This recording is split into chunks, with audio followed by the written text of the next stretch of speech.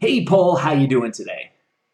Hey, I'm growing forward, Chris. Epic, epic. Yes, yes, you are. And that's even the name of your company, Growing Forward. And if we all would just grow forward every day, we'd be a success. That ends your show for today. No, I'm just kidding, folks. Just kidding. If it were only as simple as that, then you wouldn't need folks like Paul and I to help you grow forward. So today, Paul, as we do on each episode of Expert Showcase, we're going to start off by going through your hero's journey. For those of you tuning in for the first time, which we know we always have a lot of new viewers, so we love to explain this, the hero's journey in our terms is the beginning, the turning point, and the aftermath. In other words, in the beginning, there was something going on before our guest was this epic success they are today. And then at some point, they hit the turning point that sent them off like a hockey stick moment or a launch pad, going through that dark time to end up in the aftermath, which is the glow of success that they are today.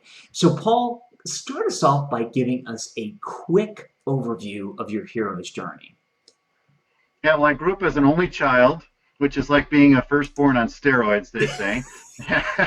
and I was under a very productive mother, and she made me join everything and be an expert at everything. I had to get an A plus on everything. And so I didn't waste a lot of time in my childhood and youth like a lot of kids do, playing video games and such. I was pretty enterprising. I became a teacher like they were. And then I became a vice principal, then a principal. Then I moved over to the church side, became a family pastor, then an executive pastor. And then I realized I had some gifts, some natural talents and gifts of teaching, administration, and leadership. And I took the Strengths Finder test, and focus was one of my top 5 strengths. And that was about age 30. And then just sort of rolling along with life, and about age 36, 37, I went through a divorce, and that sort of rocked my world. That was my turning point. And after that moment, it was like, I have some skills. I need to connect to my authentic self. I need to get this message out to the world and help people be more productive, live their authentic self. And I became a coach and a speaker. Epic. Well, that is, and it's so interesting because you, like a lot of successful people, achieved a level of success and were going along a particular life path. And it appeared that that life path was taking you, took you from public sector into, the religious sector. And then you had a family, a family issue come up. I know, being an only child and also going through a divorce, I can identify with, I can identify with a lot of things, as I'm sure a lot of our audience can as well. And it's so great that you took that divorce and you took what was going on and turned it into something positive for everybody else. So I can't wait to dig in. Before we dig into his hero's journey, we want you to stay tuned to the very end of the episode. We've got a special offer for you from Paul, but you're going to have to watch the entire episode to see it. Okay? Good, good. So if you haven't got a drink yet, nah, you don't want to step away. I was going to offer, nah, stay put. You get a drink in a little while. Anyway, let's dig right in, Paul. Let's dig into the beginning. And it's interesting. I think you said you start off as a teacher, and almost sounded like, did I hear something wrong there where you said like they were? Did you have somebody in your family that was a teacher, or was it a dream that you always wanted to be a teacher? Both of my parents were teachers. My dad was a physical education teacher for like 39 years, and my mom was a teacher as well. Interesting. So your dad would have hated me. I was the fat kid in school, and I was the fat kid who couldn't climb up the rope, who was always screamed at from from not being able to do stuff, in school. So I gotta ask you about your dad. Was your dad one of the nice phys ed teachers that just kind of helped the kids along, or was he a typical teacher that just thought all us fat kids were lazy? He's the best, the nicest PE teacher you'd ever have. I mean, he never even dressed like a coach. He just dressed like a typical guy, and he ran little tournaments and gave you the sort of the basics of all the sports. Cool thing about him, just interesting fun fact, is he was an Olympian volleyball player before there was Olympics for men. So he got as high as you could go in volleyball for men back in his day. Wow, that's amazing. Now, the interesting thing you brought up, I mean, since we talked about the type of PE teachers, did Was it the fact that your parents were teachers, or was it the type of teachers and what they did as a teacher that really attracted you to become a teacher? That's a great question. I seem to identify with the teachers that I had. Probably some people would have said I was teacher's pet, and they probably hated me for that. But I just sort of could feel, like, empathize with them, what they were going through when the class was being disobedient, and I sort of felt for them, like I was pulling for them. I wasn't pulling for, like, the students who were goofing around. I was like, and then my parents would come with the stories from school. A lot of those were negative because they were venting, and I never got turned off by that. I was just like, I knew all the dirt about being a teacher, and I still really wanted to be one because I had something inside of me that wanted to communicate truth to others. Oh, that's epic. And I think that's our first big golden nugget takeaway from today is the fact that you were self-aware as a kid and you were going through and you were hearing about the negativity and negativity didn't push you off. So for our valued viewers out there, if you're going through, if you look back on your life and you realize that negativity in something didn't make you run away, maybe it didn't make you run towards, but didn't make you run away, that's one key tip that you might might have found something that you were meant to do at least during a part of your life. So that's, I congratulate you on you being that self-aware, especially as a kid, because most kids are not that self-aware, especially nowadays, right? Yeah, absolutely. I knew when I was a junior in high school that I was called to be a teacher in some way, shape, or form. And that was so comforting to go into college. Most kids nowadays, they don't know what they're going to major in, but I knew exactly what I was doing at that point in my life. And I love how you say at that point in your life, because many of us go through where we think we know what we're going to do for the rest of our life. And we're absolutely sure this is what we're going to do for the rest of our life, until you get 30 or 40 years down the road and you realize that you're only meant to do something for a piece of your life. And I commend you on that realization and the fact that I'm going to guess that realization helps you now to realize that okay, you've moved on and you're no longer a teacher, but you're doing it in you're spreading the truth in a different way. I mean, does it Yeah. help you does that help you that you realize okay, this was at that time in my life this is what I was meant to do, and now this time in my life this is what I'm meant to do? Yeah, absolutely. I mean, as a teacher, you've got the 24 kids in your class, and you impact them at a very deep level, and that's very fulfilling. And then when I became like a principal and went beyond, now I'm impacting 450 kids at a surfacey level. And I just realized it was different seasons. So now as a coach and a speaker, I'm impacting thousands. Again, at sort of that surfacey level, but I have more impact. It's broader now, and I'm still teaching. Right, exactly. Now the interesting thing is you moved from being a principal and then you moved into the religious sector. How did that transition all come about? Yeah, well, I was, like I said, became a principal, and then I became an administrator of a school. And while I was in, it was it was like a church school. So there was like a school and a church put together. And I was actually wounded by the leader of that church at that point, and I needed to get out. And it was the first time I was ever in bad graces with a boss, and I didn't believe it was my bad because I would have just totally fessed up with that. But he had a health problem that was causing issues. Anyway, so I needed to get out, or I probably would have been let go, and I couldn't believe I was in that position.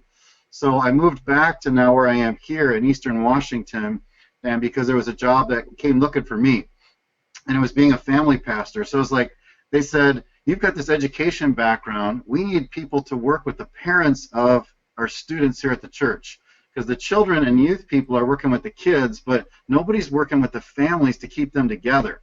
And there's sort of an assault on the family these days. So would you come? And I said, for full time? And they said, yeah. And I went, I'm all over that. And so all that stress of being a principal, which is conflict about 90% of your day to be a principal. I mean, it's just a lot of conflict. It all just sort of rolled off when I moved back here to this area. And then I was able to really focus on producing content for the first time in my life for parents. Audios, videos, seminars, e-newsletters, all that stuff was just coming into being, and I just wanted to jump on the cutting edge of that. Wow, that's epic. So it's interesting to me that you you were in an area and you realized that things were about to get bad. And that's what most people don't have the luxury, I'll say, of doing, or they don't, maybe not luxury is not the right word. It's more of they don't have the wherewithal. They don't have the, I know I didn't. Let's put it this way. I didn't have the wherewithal to realize how bad things were about to get before they got bad. I often talk about, whether you believe in God or the universe, regardless of, which God you believe in, I believe a higher power is there to help us. And I believe that at some points it will nudge you with a feather, and at some points he will, if you don't listen to the feather, will hit you over the head with a 2x4. And Uh-huh. while God's a loving God, and I think we all, agree that whatever our higher power is loves us, fact of the matter is that, he wants you to go in the right direction. So that 2x4 sometimes comes out. So I give you a lot of credit for realizing it before you had the 2x4 moment that you would get that, and then got out. And that really, I think, leads us to the turning point here of your journey, because at that point, that's when things started to change, at least from being in the school system to being a teacher in a different way, in a different modality, and to a different audience, right? Yeah. So now I'm being a family pastor. I'm helping families succeed, parenting, giving them lots of parenting tips. I'm researching all this stuff. It's a lot of fun, to do this. Then my job expands to help marriages.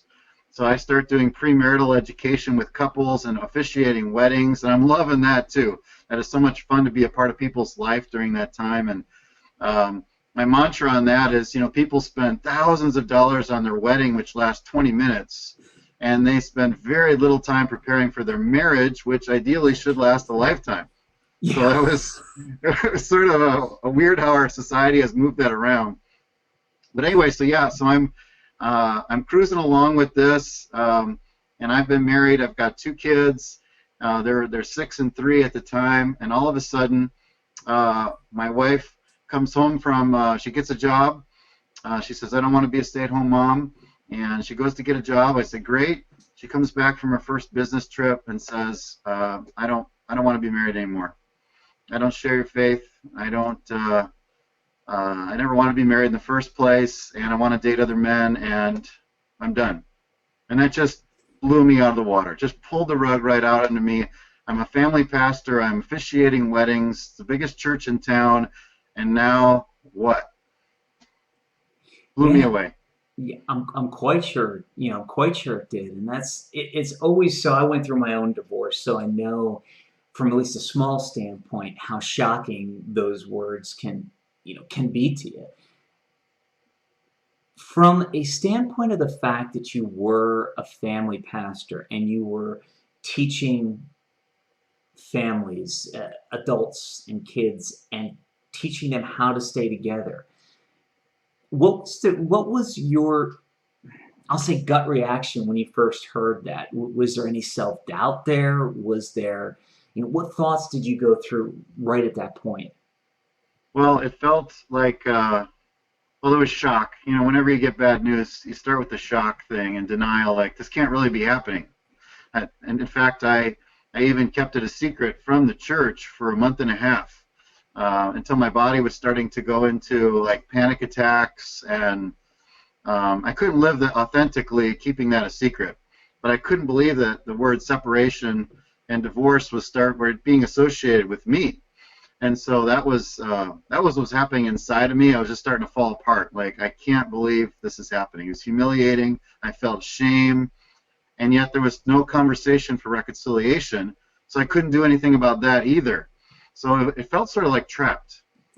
Yeah, and I guess the other question would be, I know you talked about not feeling like you weren't living authentically. Was there fear that if the church found out, and when the church and when the people who were taking advice from you found out, that they would not take advice from you anymore? Well, initially I didn't think about that at all. It was more about what would be the consequences of, would I get fired?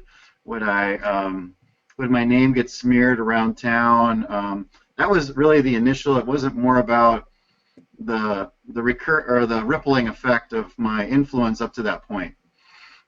Yeah, and the reason I asked that specific question is I'm sure there are a lot of people watching our show today who have things in their past that don't line up with what they're doing today. Maybe they're a financial advisor that was bankrupt at some point. Maybe they're a teacher who dropped out of school and got their GED. Maybe they're a coach who never had a coach as a kid and really pushed all coaches away. And they're afraid of letting people know that they've had these challenges in the past because they're afraid people will look at them differently and they won't take their advice. So let me ask you this. Once people found out, did it attract more people to you now that they knew that you were going through something that they wanted to avoid, or maybe they were about to go through because maybe you didn't know they were about to get divorced and they could relate more to you? Or did you find that it pushed people away, that they stopped or slowed down on taking your advice, or did it have any effect at all? That's a great question. In the inner circle of the leadership of the church, they didn't know what to do with me. So they pushed away from me because I was sort of a problem to solve because they hadn't experienced a staff member going through a divorce before. So that was a little sad. But everybody else, I would say, rallied toward me. I probably had 75 people from my church clean my house, take me to coffee. They ran up my phone bill. They watched my children. They made meals for me. I mean, it was just like doing what other believers are supposed to do in those situations. They really came through. So that was cool. And a really neat outcome of this, and maybe I'm jumping ahead, but I now teach the divorce parenting class for the state for other parents who are going through divorce. And I tell them my story like I'm telling you, and I've got all their attention. I mean, they're like, whoa, he was a pastor and he got divorced. And then I've got them for 4 hours. I can tell them anything, and they're paying attention because they could feel this guy really went through that. Yeah, and that becomes the key. So many times people, coaches and speakers, I know it was the same way for me when I first got on stage. I was afraid to show my vulnerability. I was afraid to talk about stuff that had happened to me in the past because I was afraid that it wasn't going to be, it would make people look at me differently. And they'd push back and say, nah, I don't want to take advice from this guy who, doesn't seem to have it all together. And what people don't realize is, as you had said, people connect with you more and you can actually get the message out better if you're real, if you're true and authentic, and if in the right way you tell your story and you talk about your story. I mean, when I say right way, there's a famous talk I did kind of shortly after the divorce thing, and a couple people came up to me and said, "Wow, you sound really vindictive." And I went, "I didn't mean to." And it wasn't, what I was saying was really vindictive, but I got a little excited. So it's all about delivery, and it's all about using your past to help people in the future.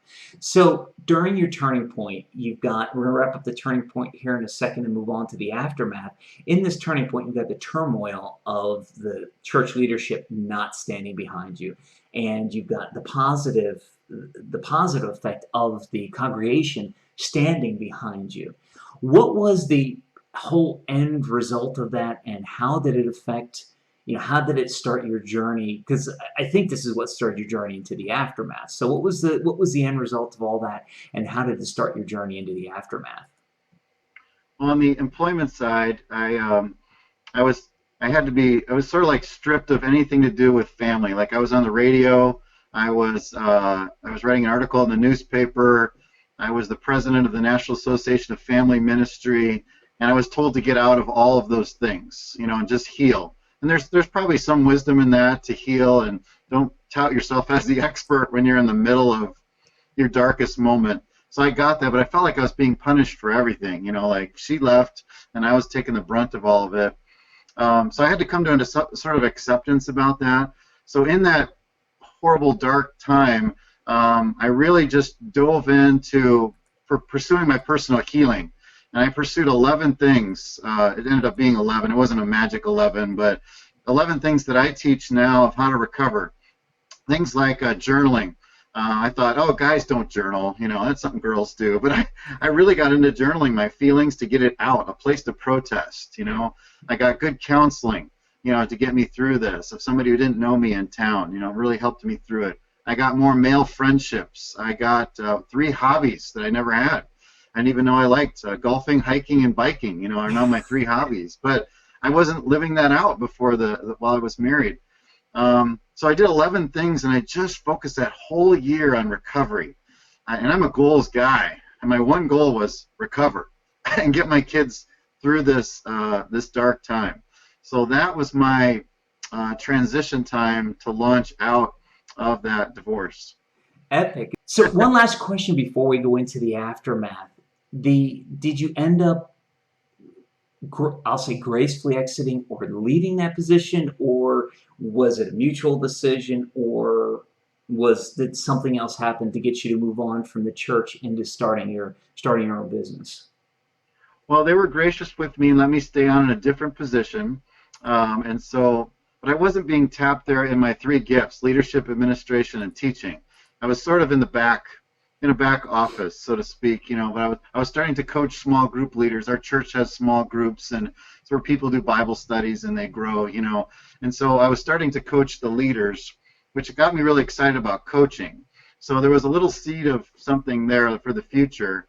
And I left very graciously. Another job opened up across town. My now wife, I was dating her then, and she said, "You got to come to my church because there's a position for an executive pastor," which is sort of like being a principal but at a church. It's budgets and buildings and staff. And so that worked out actually marvelously. Ended up making more money than I did at the last place. And all my gifts were then in play again, all my talents. And along that journey as well, some of the local therapists in town are my friends, and they said, "You should be a life coach." And I went, "What's that?" I had no idea what that was, heard about it, did some research on it, met a life coach in town. He gave me more of a scoop on it, and I went, "This is exactly what I need to be doing." I naturally help people get to their goals and their dreams, whether they're friends or family or strangers. And so that planted a seed during that dark season to what I'm doing now. Oh, that is epic. And that leads us right into the aftermath.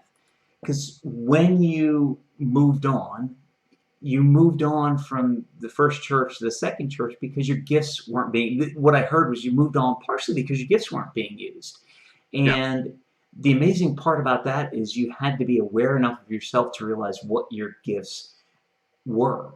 And that's, the interesting part is that anybody who's going through a dark time right now, like I have, like Paul has, you have to understand and start looking for your gifts, because that's where your true happiness is going to come from, when you can use your gifts to their fullest extent, right, Paul? Yeah, absolutely. And I'm an assessment junkie, so I've taken Myers-Briggs and the DISC and the personalities and the Strength Finder, and so that was sort of a natural for me to just go deep inside, introspectively, and I'm more of an introvert than an extrovert, be more self-reflective to really come up with a composite of who I really am at my best. Oh, that's a great piece of advice for anybody watching this. When you're going through the turning point and just starting your aftermath, go through and figure out, what you're best at and what really makes you you. I mean, I know I've done Strengths Finders and Standout and Myers-Briggs and a number of them, and sometimes the results shock you. Other times they make perfect sense and it gives you the validation. So you've moved on, you're dating somebody, you moved into another church, into another position, and you're starting to become the success that you are today. Are you still, I know you have your own business, are you still doing anything? Like, are you still an executive, meaning with that church, are you still an executive pastor and advisor, anything, or did you eventually move on from them? I stayed with that church for 6.5 years. I just resigned last December. Because I had launched this business simultaneously. I've read those books, talk about your day job and your dream job, right? So while I had a day job, I was developing my dream job. I was still trying to make a difference in both, but I knew I couldn't just up and quit. I had to I had to make sure that it was actually a viable job that could keep going. So I resigned last year and launched this business full-time in January. I still do 8 hours of work for my new church that I'm at, but primarily I'm doing this full-time. Epic. So you did what a smart person does, not a dumb person like me, but no, you do what a smart person does, which is you kept your day job while building your your tomorrow, your future. A lot of people talk about today money and tomorrow money, and when you don't plan for today money by keeping a job or by getting a job, sometimes it makes things difficult. So you also sounds like you had an opportunity to hone and utilize and really come up with not only skills, but tips, tools, techniques, and other instruments that you use with clients today during that 6.5 period where you were, I'll even call beta testing. I'm sure you probably went through some things that worked, some things that didn't, and it helped you in building the successful business you have today, right? Yeah, yeah. So I've been speaking for 20 years, ever since my first year of teaching. I really love speaking. That's a lot of fun to me, to give content out and make it real practical for people. I remember my first conference I went to, and they said, I went through the whole day, 2 days, and I didn't get anything out of the whole conference because everybody stayed philosophical. So I'm not a philosophical speaker. I'm super practical, like tools and tips that you can use today or tomorrow. So along that line, I was starting to develop, get more speaking gigs. Also, then I actually launched the business 2011 around Christmas. Another dark time had happened, another turning point happened, and people were calling me saying, "Do you do that coaching thing?" And I'm like, "I can." And so I had my first clients right around Christmas of 2011, and I realized I was getting paid and I didn't have a business license. And I'm like, uh-oh, I can't even cash this check to Growing Forward Services because I don't even have a real entity. So I had to get an LLC and a website and a tax ID number. And so that was the thing that just sort of pushed me into launching the business around Christmas of 11, was realizing I can't cash a check unless I've got a business. Well, and I find it interesting. You were in a situation that a lot of people would love to be in, which is people were beating down your door for your services. However, what I believe from the outside happened is you had done great things for people in the past that they remembered.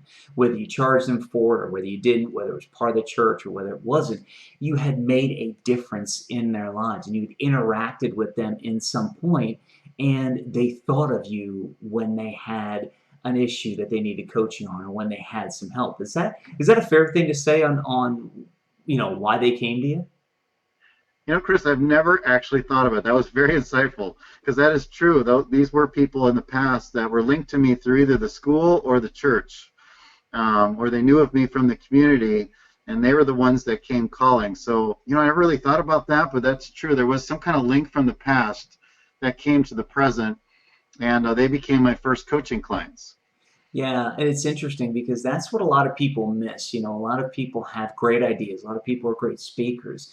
And they go, well, people should be beating down my door. I'm doing this right. I'm doing that right. I feel like I'm doing everything right. And if they haven't made a connection with somebody, whether it's through their content, their videos, their speeches, if they haven't made a connection with somebody, then people aren't going to come and become a client of yours or become, even talk to you about your services and what you do. However, if you have made that connection, if you have helped people, if you have made their life better, if you have made their life easier, then there's at least a better chance of them thinking of you than not thinking of you. Because Paul, I'm quite sure you've made the difference in thousands of people's lives, especially being a principal and being a teacher. And thousands of people haven't beaten down your door, but enough of them did that allowed you to start your business, right? Yeah, and it's true. People still, my former students are now in their 20s, which makes me feel old, and they'll still say, "Mr. Casey, you were my principal," and so that's heartwarming, to run into those people. But to go back to an earlier question, like what have you changed maybe from that, is those initial clients were not my ideal client. I realized that many of them just wanted to talk. They felt I was a friendly face and a good listener, and they didn't last for a long period of time. A lot of them didn't really want to grow. They wanted a little bit more like a counselor, um, someone just to that would really empathize with them and listen. So I learned that wasn't my ideal client, but those were the ones that got me going into the business. And that's epic. And the thing that I hear from that is that all along the way, you've utilized every experience to learn and grow yourself, which makes you an ideal person to help other people learn and grow themselves, right? Yes, absolutely. Yeah, and because I think that's what a lot of people, myself included, have missed at times in our life is learning and growing. We look at what's going on and we focus so much about the struggle and the strife and everything else that we're going through that we don't think about and realize what we could learn from it going forward. And I think it's a really good place that we'll wrap up your hero's journey, folks. So far today, you've been watching Paul and learning about Paul's hero's journey. You've learned how somebody who was successful in the school system moved into the religious sector, was successful, had a very dark thing happen to him when his wife divorced him, and has come out of it on the other side because he's learned, he's always been a learner and a grower. And even though he's out, near Colorado, not that type of grower, he's a personal growth type of person. Um, And that's what makes him such an ideal person to work with you. So we want you all to stick around. We're going to take a 60-second break. And when we come back from the break, we're going to hear all about surefire ways to get your priorities done every day. Paul's going to teach you a little bit about it, and you're going to see why, exactly why Paul is the right guy to work with you and if you are looking to learn and grow. And remember, stick around till the very end. We've got a special offer for you. So hang with us. We'll be back in 60 seconds or less. To watch the rest of this epic episode now, click on the link below the video. Do it now, you'll be glad you did. Are you still here? What are you waiting for? Watch the rest of this epic episode now by clicking on the link below the video.